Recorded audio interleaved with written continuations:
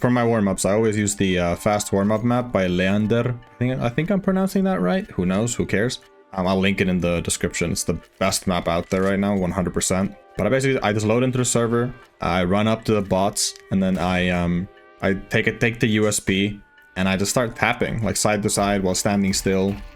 I'm focusing on like being precise over being fast, because fast doesn't matter if you don't hit. You know what I mean? It just makes sense. And I just do that until I feel like warm. And then I might like AD just to like time the shots a little bit with the USPS and whatever. Maybe I do a couple of flicks, whatever, if I feel like it's not that strict, you know. And then after that, I move on to running around with a Glock. I know it might seem dumb, but it's actually very useful to be like consistent at. And I don't know, I just run around and I try to just track enemies and just shoot them while running with a Glock, because that's basically what you'll be doing in, you know, majority of your pistol rounds on T side. So it's a smart thing to do, in my opinion, because I try to keep my warm-up as close to the real deal as possible. That's kind of my whole thing, you know, with the whole thing, as close to the game as possible.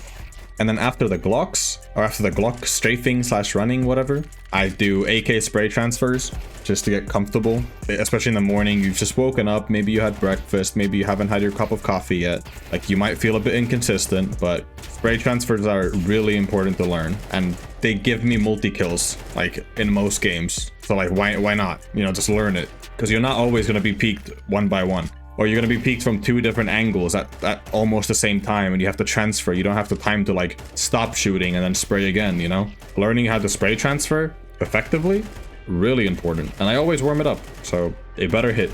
And then after the AK, I move on to M4. I don't warm up with the A4 because, I don't know, I just don't feel like I need to. You could add that. It definitely wouldn't hurt if you use that, especially. But I use the M4A1, and I just do like bursts just to get comfortable with the time to kill, because obviously with the AK you insta kill with 1 tap, but with the M4 you have to hit two headshots before they die, right? So it takes longer to kill. So I'm trying to get like used to the timing, or warming up the timing for that, so that I don't like move my crosshair off them before they're dead. But I do the bursts and I do the spray transfers just like the AK, and I just do these until I'm comfortable. And yeah, that's pretty much it. And then I move on to, I don't always do this, it just depends. But my weak point in CS2 especially is the Deagle. I was really good in CSGO with the Deagle, but in CS2 I haven't really perfected it yet. So I try to put extra work on the Deagle sometimes, but I'm just like working on the timing, the A and D, like counter strafe, the timing on that, some flicks, the crouching with the Deagle, the recoil, everything. I just work on like feeling it out, you know? And then finally on this workshop map, I move on to the other side, and then I just shoot the bots at the different levels until I feel like warm and consistent. It really helps, especially for maps like Vertigo or Nuke, or even like Overpass, where there's a lot of different levels that enemies can be at. It's very good to like warm it up so that you also learn like the vertical aiming. You're not just horizontal like left and right, you know? You also know like you're effective at aiming like up and down as well, because a lot of people like forget to warm up and down. You know, they just shoot bots left and right, which, you know, you're kind of fucking up when you do that. After all of that, I move on to Deathmatch. I don't always do this, but recently I've been deathmatching more, just to get the feeling of the game before I actually jump into a game. You know, even though it's not exactly the same, but it's definitely, it helps. I've noticed a big difference from deathmatching. It's very important, and everyone should deathmatch at least like 5 minutes a day. That makes a huge difference. Because when you're going in cold to a match or a map, you're just gonna feel cold, and you're gonna have to like warm up during your first game, which is stupid. Like, just deathmatch for a little bit and get comfortable, and then boom, jump into a game and just shoot everyone's heads off. But in deathmatch, I usually use X-Play. You can use Prac. You can use Cyber Choke. I think it's called Cyber Choke. I can't remember. I don't know how to pronounce it. Deathmatch server doesn't matter.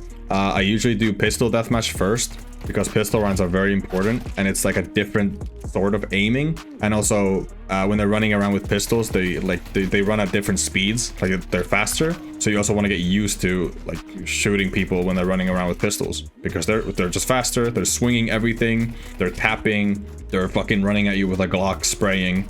You just want to get used to those situations, you know, with those pistol rounds, because pistol rounds decide what, at least like if you win both pistols, you're basically guaranteed to win at least like 4 rounds from a game. And with the MR12 system, that's a big fucking thing. That's a big deal, you know, huge deal. But yeah, I just play some pistol deathmatch, and then after pistol deathmatch, I move on to just rifle, normal deathmatch. I don't know, I just run around shooting, honestly. But I try to still keep good crosshair placement while I'm doing it. And I try to also incorporate like spray transferring and other things, maybe some taps. It depends, like whatever I feel like. It's really not that strict, but you also shouldn't run around like completely aimlessly, like brainlessly. Just try to imagine you're in a game and you're trying to like pre-aim corners right, peek corners right, hold corners the right way, and then that's how you should play deathmatch. Because if you just run around like a headless chicken, that's gonna transfer over to your game, and then you're probably gonna die because you peek the dumb corner or you held an angle wrong or whatever, because you build habits from deathmatch. And then to finish off, I usually switch to the Deagle. I do some Deagle deathmatch as well against rifles, because there's a lot of rounds in CS where you're basically just buying Deagle against rifles or against SMGs or whatever. So it's definitely good to warm that up. Get used to like getting those patient one taps with the Deagle or the crouch spams or whatever. It's definitely like effective to train that as well, since it's such a like big role in the game, or like a big, like it's important. Let's just say that. It's fucking, I'm just yapping, but the Deagle is very fucking important. It's very effective, and you can win those like Deagle rounds against rifles very easily if you just have some decent aimers in the team and your Deagle's warmed up. Enough yapping. That's basically my warm-up routine, and that's just the warm-up. I do have like an aim prac routine as well, which I'll probably make a video of like later at some point. It's a bit more